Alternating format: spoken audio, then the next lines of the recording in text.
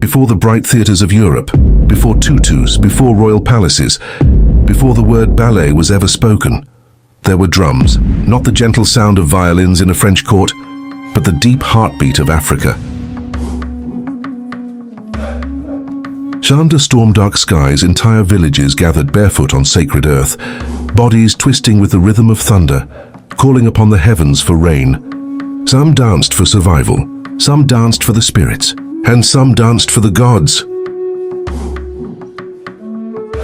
But here's the mystery historians still debate today.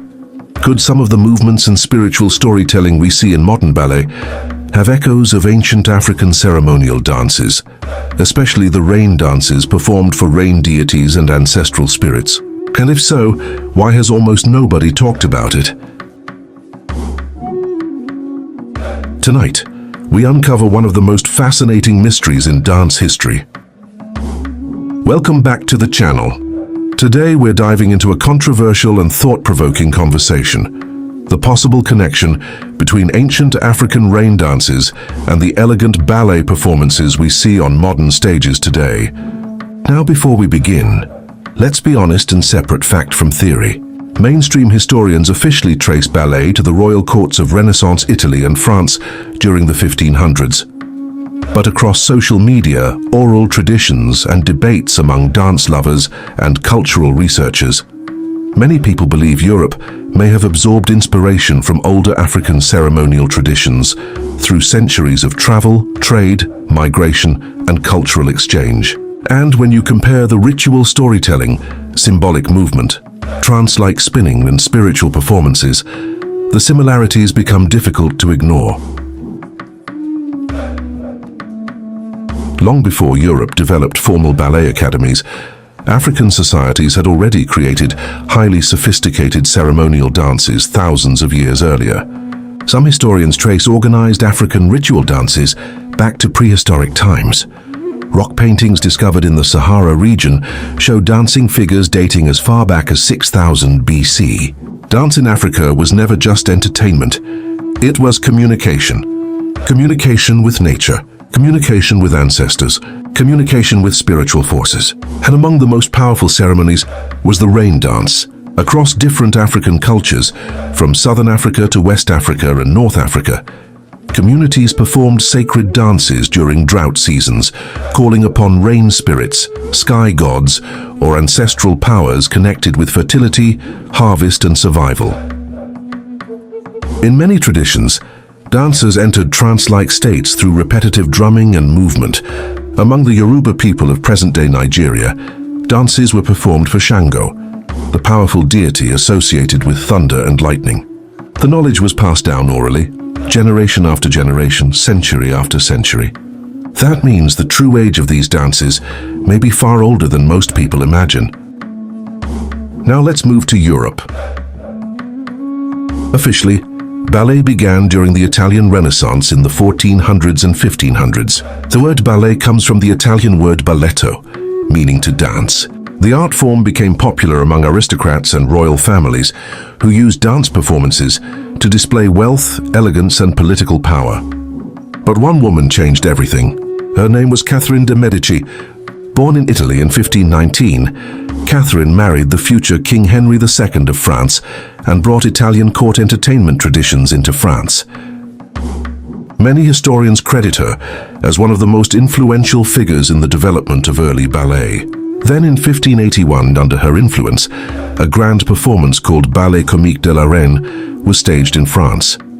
Historians often describe it as one of the first true ballets ever performed. Then came another major figure, King Louis XIV, also known as the Sun King. In 1661, he founded the Royal Dance Academy in France and helped formalize ballet technique into the structured art form recognized today. That's why many ballet terms are still French words: plié, pirouette, arabesque. But here's where the debate begins.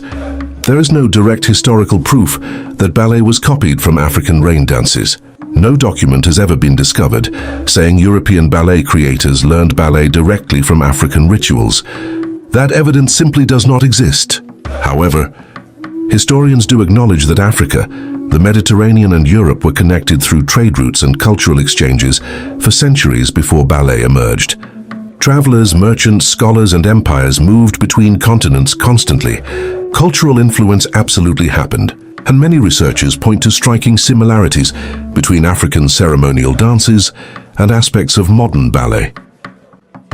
Ritual storytelling through movement, dramatic body posture, rhythmic footwork, symbolic gestures, performance tied closely to music and costume, spiritual expression through dance. Some believe these shared elements may reflect ancient cross-cultural influence. Others believe the similarities are purely coincidence. But one fact cannot be denied. African dance traditions are far older than ballet itself, and African dance has influenced countless modern dance styles around the world. Here's the irony most people never think about. Today, ballet is often viewed as a refined European elite art form, yet many of the emotional foundations of dance itself, rhythm, storytelling, spiritual movement, communal performance, existed in Africa thousands of years before royal ballet theaters appeared in Europe. That doesn't necessarily mean ballet was stolen, but it does raise an important question.